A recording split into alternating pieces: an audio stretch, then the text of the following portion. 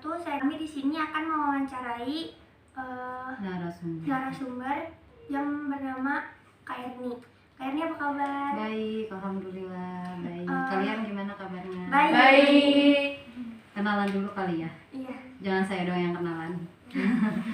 Aku dulu. Iya, boleh. Saya Renata. Saya Niza. Saya Diva. Saya Iva.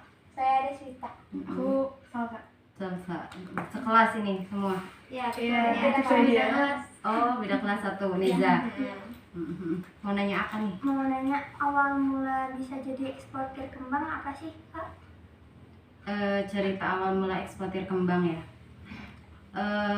Pertama saya punya teman tadinya. Teman itu udah jualan bunga itu udah lumayan lama, sekitar 6 tahunan dia jualan bunga. Cuma kalau dia bukan eksportir, hanya di dalam negeri gitu. Kebetulan teman itu ngambilnya di daerah Ciapus bunganya. Ya, saya sendiri ke Ciapus ini 3 tahunan ya, kurang lebih 3 tahunan. Nah dari situ dia bilang, saya lagi nyari bunga nih, saya nyarinya di Ciapus.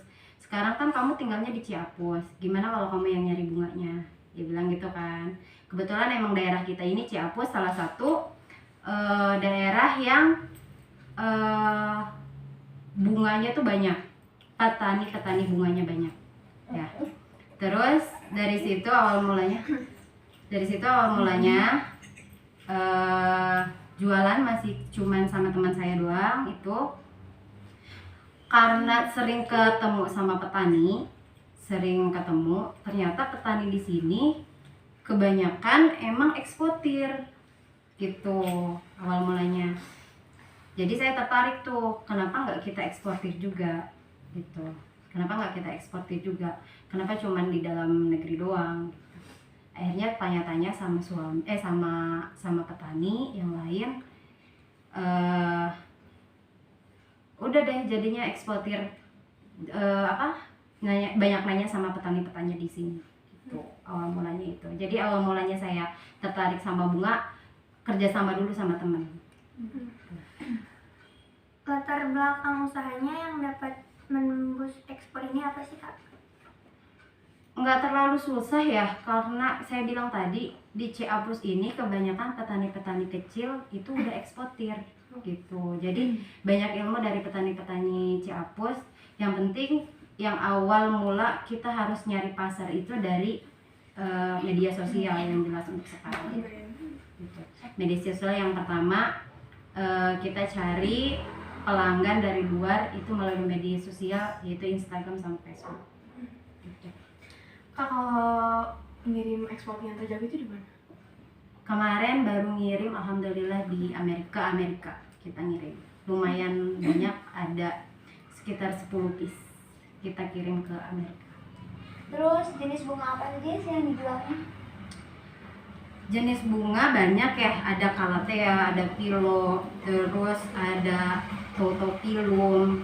Cuman yang kebanyakan orang-orang luar minati itu jenis pilo. Yang bestseller itu tanaman yang merambat gitu. Calathea kan enggak. Kalau yang pilo yang merambat itu yang bestseller banget, diminati sama orang-orang luar. Dan banyak banget di kita gitu. Itu tumbuhnya subur banget di negara kita. Kalau manfaat dan keuntungan dari kegiatan ekspor apa? Manfaat dan keuntungan yang pertama penghasilan jelas ya. Usaha apapun yang terpenting kan yang pertama penghasilan ya. Yang kedua kita bisa ekspor keluar, itu jelas punya manfaatnya, pengalaman baru juga ya kan. Banyak deh manfaatnya, yang salah satunya yaitu penghasilan kita bertambah. Kalau misalnya kita hanya berdagang di dalam negeri, itu harganya tidak setinggi kita berdagang keluar. Ada lagi? Silakan. Ada lagi? Hambatan atau kendala dari jualan ekspor itu apa?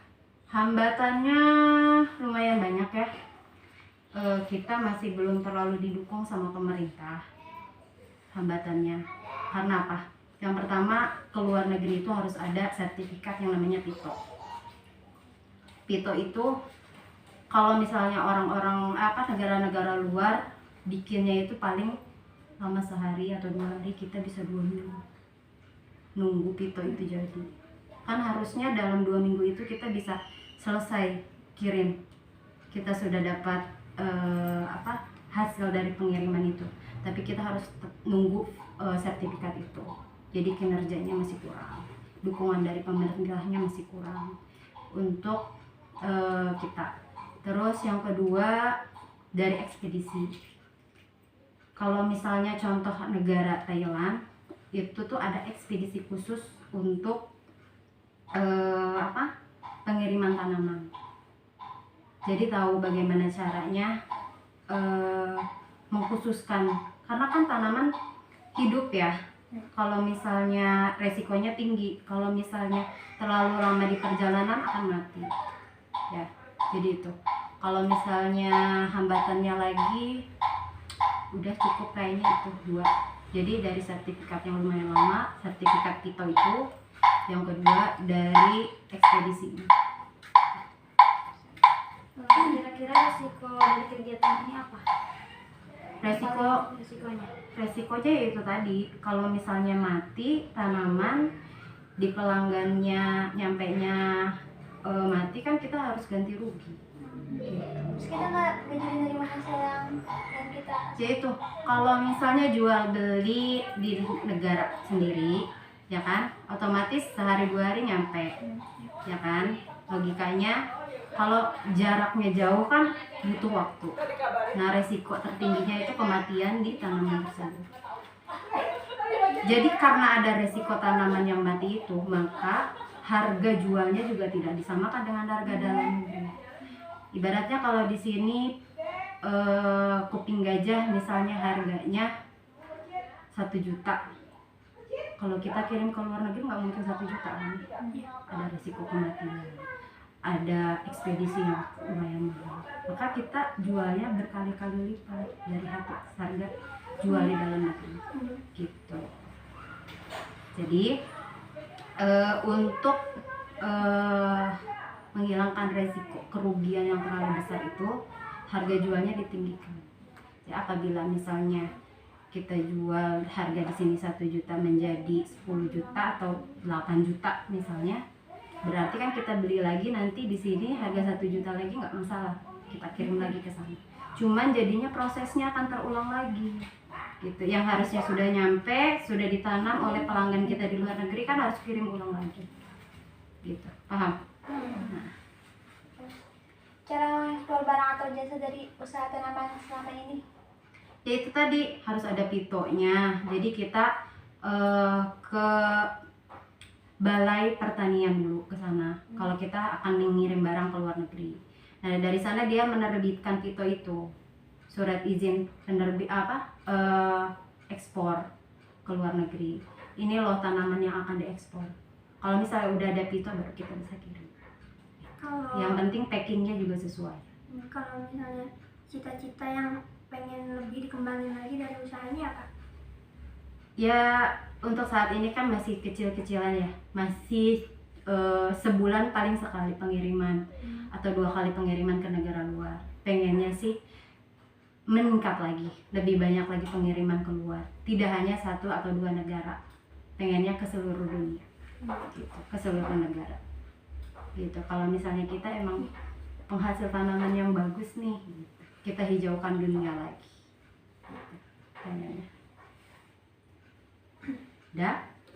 Ada lagi yang mau ditanyain? Manfaat keuntungan yang buat diri sendiri itu apa aja? Manfaatnya yang pertama karena emang seneng tanaman. Jadi kayak kerja itu bukan cuman kebebanin kerja nih capek gitu, ya kan? Karena emang seneng, hobi, siram-siram. Jadi kayak emang ya dijalanin aja nggak kerja gitu. Karena kita komunikasi sama tumbuhan itu ya, sama makhluk hidup lagi gitu. Jadi senang. Kedua, selain senang punya hobi dan juga menghasilkan juga gitu manfaatnya. Kita bisa menghasilkan untuk kita sendiri gitu, ada penghasilannya. Terus namanya ekspor kan ada penghasilan untuk negara juga, ya kan? Manfaatnya. Banyak kalau kayaknya kita kelamaan dulu lupa nama ini ada nama Jenis-jenis. jenis-jenisnya. Kan tadi udah. Heeh. Nama nama usahanya apa? Oh, nama usahanya Arili Bloom. Di IG juga udah ada. Terus apa Kak, kan di BNN juga ada stand tanaman.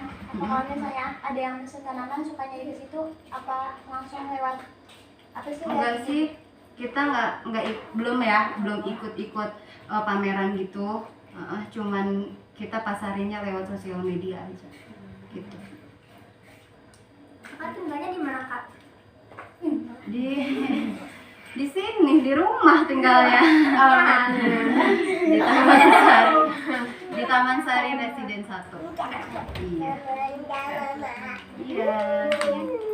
Ada lagi yang mau ditanyain? Sekarang sih lagi best seller banget, tanaman yang disuka banget itu yang parigata gitu. Mau lihat tanaman best sellernya dong? Boleh, ini ada di belakang. Kita lihat ya. Ini namanya Monstera parigata. Kira-kira harganya berapa Kak? Kalau ini bisa di atas 7 juta. Soalnya mahal juga. Biasanya kalau yang parigata gini dihitung per daun. Per daun bisa 1 juta lebih gitu. Dan dihitung besar daunnya juga. Terus kalau misalnya ngepak tanaman ini, atau misalnya ada yang pesen gitu ngepaknya sendiri, Packingnya. iya packingnya gitu. Kalau untuk di dalam negeri itu sendiri, kita udah bisa packing sendiri. Tapi untuk di luar negeri, kita kan nggak bawa lumutnya. Itu tuh ada khusus untuk packing ke luar negeri. Gitu. Jadi harus dicuci dulu.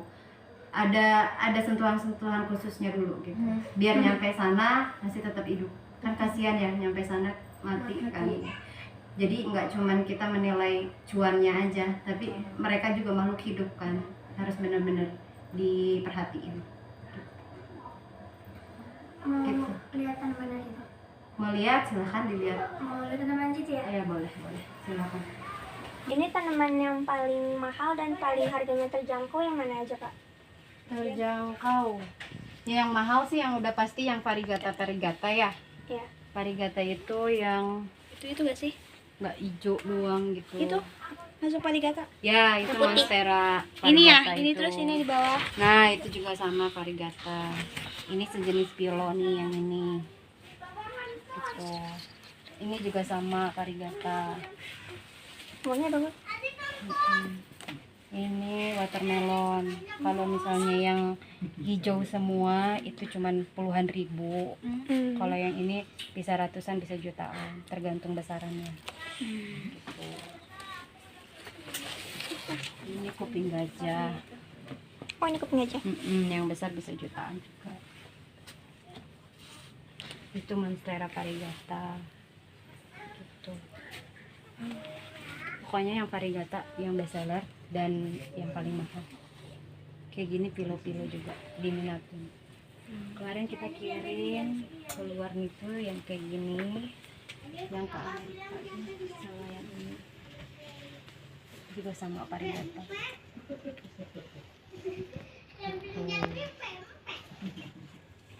Udah kah? Emang kebunnya cukup masih minim banget ya. Doain aja nanti pengennya beli tanah. Amin. Lagi yang besar, yang banyak. Pokoknya selain dapat cuan, kita bisa menghijaukan negara kita lagi, ya, dunia kita lagi. Itu sih. Sekian pertanyaannya, maaf jika mengganggu waktu kakak ya. Ini ya, Enggak, sama-sama. Terima kasih, semoga bermanfaat juga ya. Amin. Terima kasih. Iya, sama-sama.